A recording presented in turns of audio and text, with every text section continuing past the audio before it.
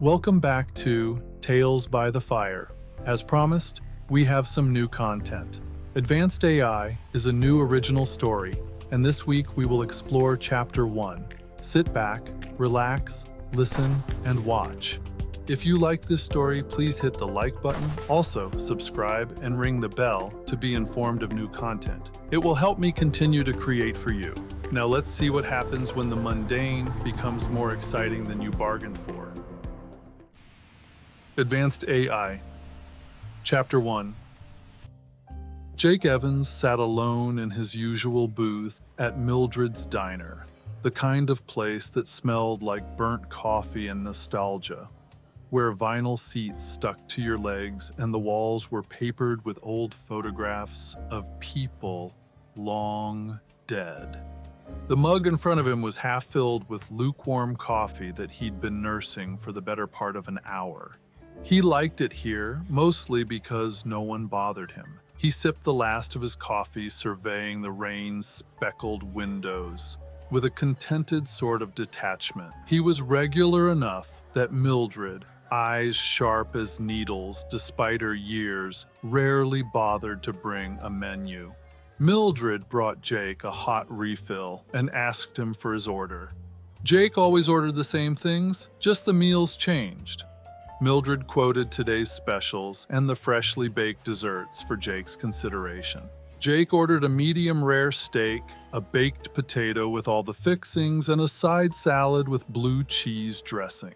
Mildred accepted the order and left Jake to his thoughts. Jake didn't look the part of a rugged adventurer, not on a Thursday evening, and certainly not in his slacks and department store Oxford shirt.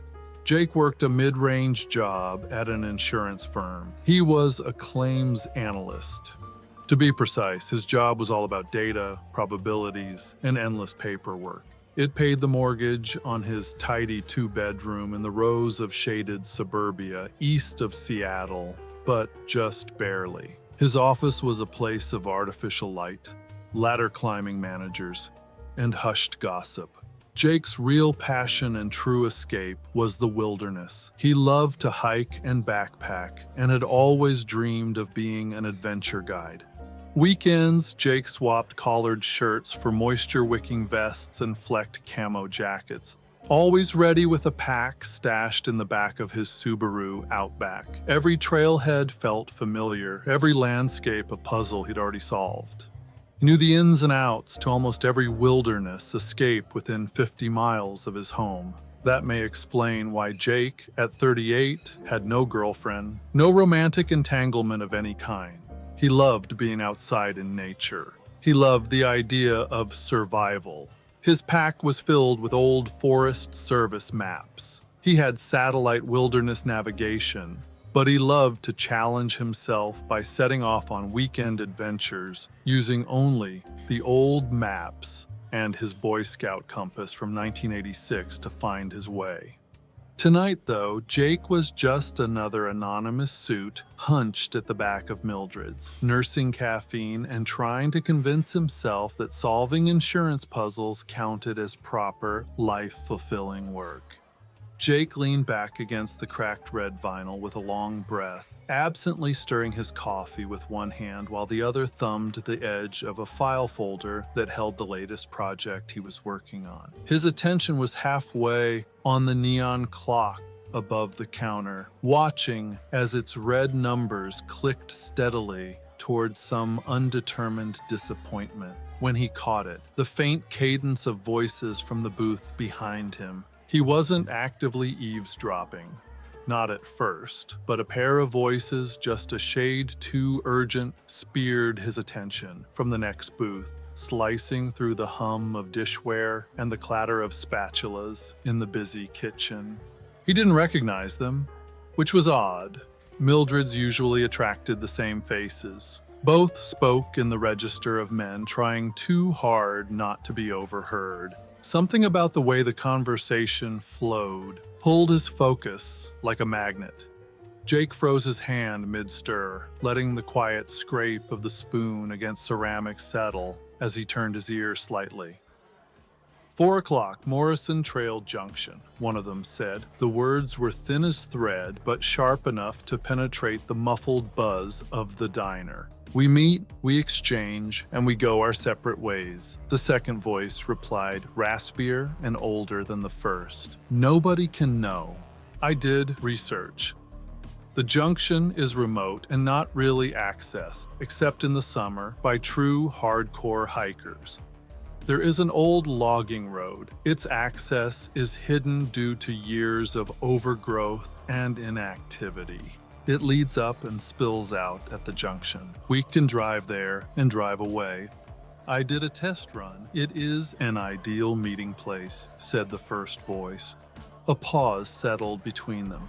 Jake frowned at his coffee, his heartbeat tapping at his rib cage. He fought the sudden urge to crane his neck over the back of his booth, knowing the sight of his cautious, pale blue eyes, peeking like some sort of woodland critter, would give him away.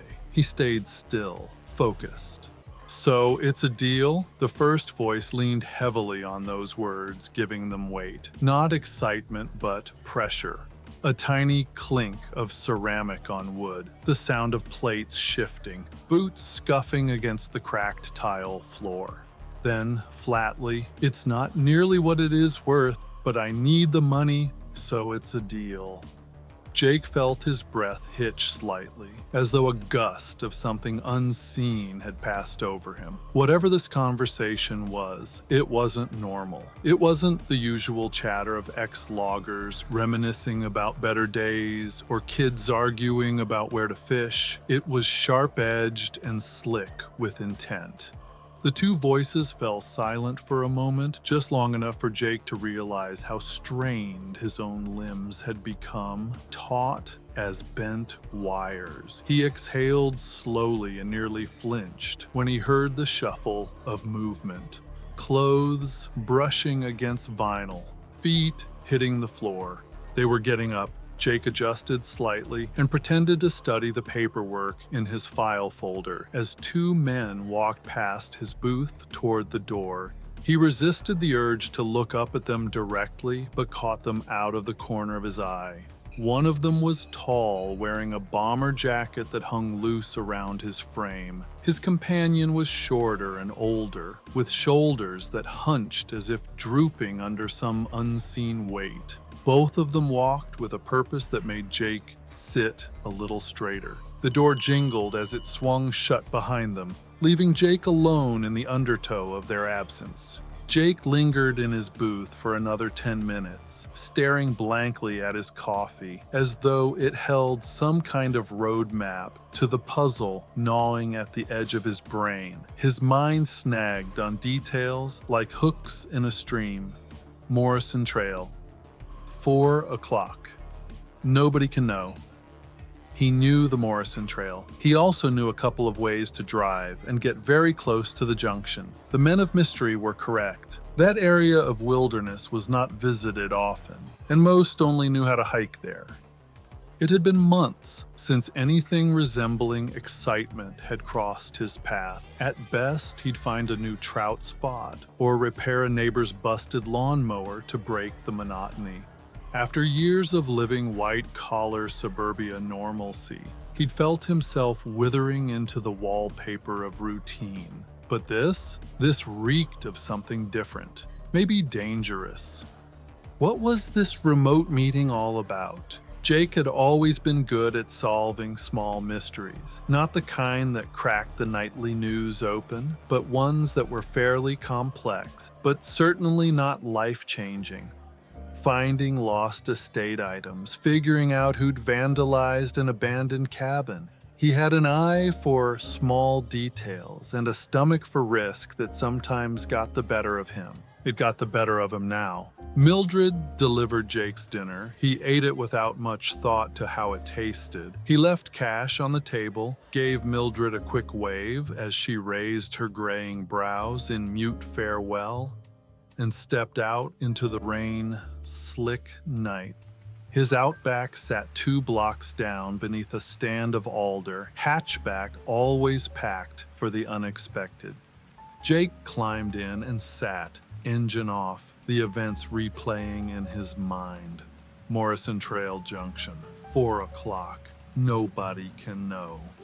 Thoughts warred as he drove home past tidy lawns and the scent of fresh-cut grass. At his split-level home, the yard always just a little overgrown, the porch light half burnt out. He set his daybag by the door and pored over maps with a keen eye only an amateur cartographer could love. He traced the logging routes in his head, detailed all potential approach points, and when sleep came, it came late and fitful. He spent Friday at his desk, half listening to coworkers, half glued to his monitor, filing digital claim forms. While his mind ran through what he'd overheard, his heart beat double time with anticipation. Before the end of the day, he was already packing trail shoes, binoculars, gloves, a tarp, and a set of lightweight lockpicks, just in case. He left work early with a claim of dentist's appointment and started toward the mountains, the faint drizzle making suburbia slip away with every freeway mile. He took a logging road, one most people would miss. Tires crunched on old gravel as he left the last signs of pavement and civilization behind. Gravel soon turned to dirt, and he was glad he drove an all-wheel drive. He had to exit off of the main road, if you could even call it a road. His new path was narrow, but it ascended slowly, making for less of a risk of getting stuck on a hill. He knew this road would wind around until he was behind and above the Morrison Trail Junction. When he knew he was close to the junction, he found a place to hide his Subaru. He parked in a thicket masked from the road. He knew he had to find a good place to observe the junction and not be seen or heard. He checked his old forest map and did a cross-reference with the satellite map on his phone. He knew the place to go. He could get above the junction and look down on it. He slung his pack over one shoulder. The sky above was a monotone gray, dappling the ridgeline in washed-out light. He was at his destination nearly 2 hours before 4. His path had taken him along the ridgeline the whole way. This area was too out in the open. So he hiked up a little farther on the closest thing one could call a trail to a set of rocks that would provide good cover. Jake felt the anticipation of the unknown the way other men felt the anticipation of a first date. He listened to the wind, to the hush of an eagle somewhere far above, to the muted sounds of nature that always felt like home. When Jake spotted the clearing, he crouched low beneath the cover of a fallen log and waited. His heart hammered against his ribs, each pulse demanding respect for the scale of what he was doing. There was no going back now. He didn't even know what he was looking for, only that whatever it was important. Minutes stretched into 2 hours before there was movement at the trailhead. 2 vehicles approached. One was a black SUV, the other was an old sedan. Both vehicles parked, engines stopped, but lights were left on. The figures exited their respective vehicles. They approached each other cautiously, their postures tense, words exchanged too quietly for Jake to catch. Each man returned to their vehicle. The larger man from the SUV opened the liftgate and pulled out a duffel bag. The other older, frailer man opened his trunk and produced something that looked like an old-time doctor's bag. They walked into the clearing, each with their items. It was clear to Jake that this was the exchange. Jake's breath came shallow and tight as he watched them. The taller man, bomber jacket, walked with the duffel bag slung low over one shoulder. He threw it on the ground, indicating this was the spot where the 2 men would do business. The older man was less flamboyant. He merely held out his case to Mr. Bomber Jacket. The case was accepted, then opened, and the contents reviewed. The big man seemed satisfied. The other man reached down for the duffel bag. On the wind, Jake heard, "Sorry, old man, but as you said, nobody can know." Upon completing that phrase, Bomber Jacket pulled a gun from his waistband. The older man saw what was happening, but it was too late. Mr. Bomber Jacket pulled the trigger. The old man had panicked and was moving and flailing. Jake saw the muzzle flash, and then he saw the old man flying backwards. The old man lay still on the ground. The other man picked up the duffel bag and began to walk back to the SUV. He had both the doctor case and the duffel. Jake watched in horror. What had just happened? Then he heard a crack, and in almost the same instant, he saw Mr. Bomber Jacket's head explode. He looked down and saw that the old man was holding a very large revolver in both hands. He watched as the gun was slowly lowered to the ground and the old man slumped over. It took some time for Jake to process what he had just witnessed. When he regained the courage to look at the scene below, he saw two bodies motionless on the ground and two bags whose contents were worth killing over.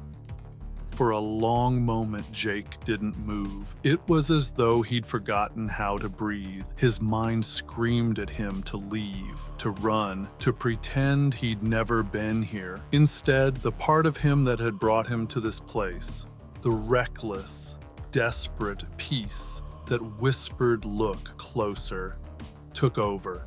He climbed down from his hiding place. He stepped into the clearing, boots light on the compacted soil. Both men were gone from the world of the living, their eyes void, bodies crumpled where they'd fallen.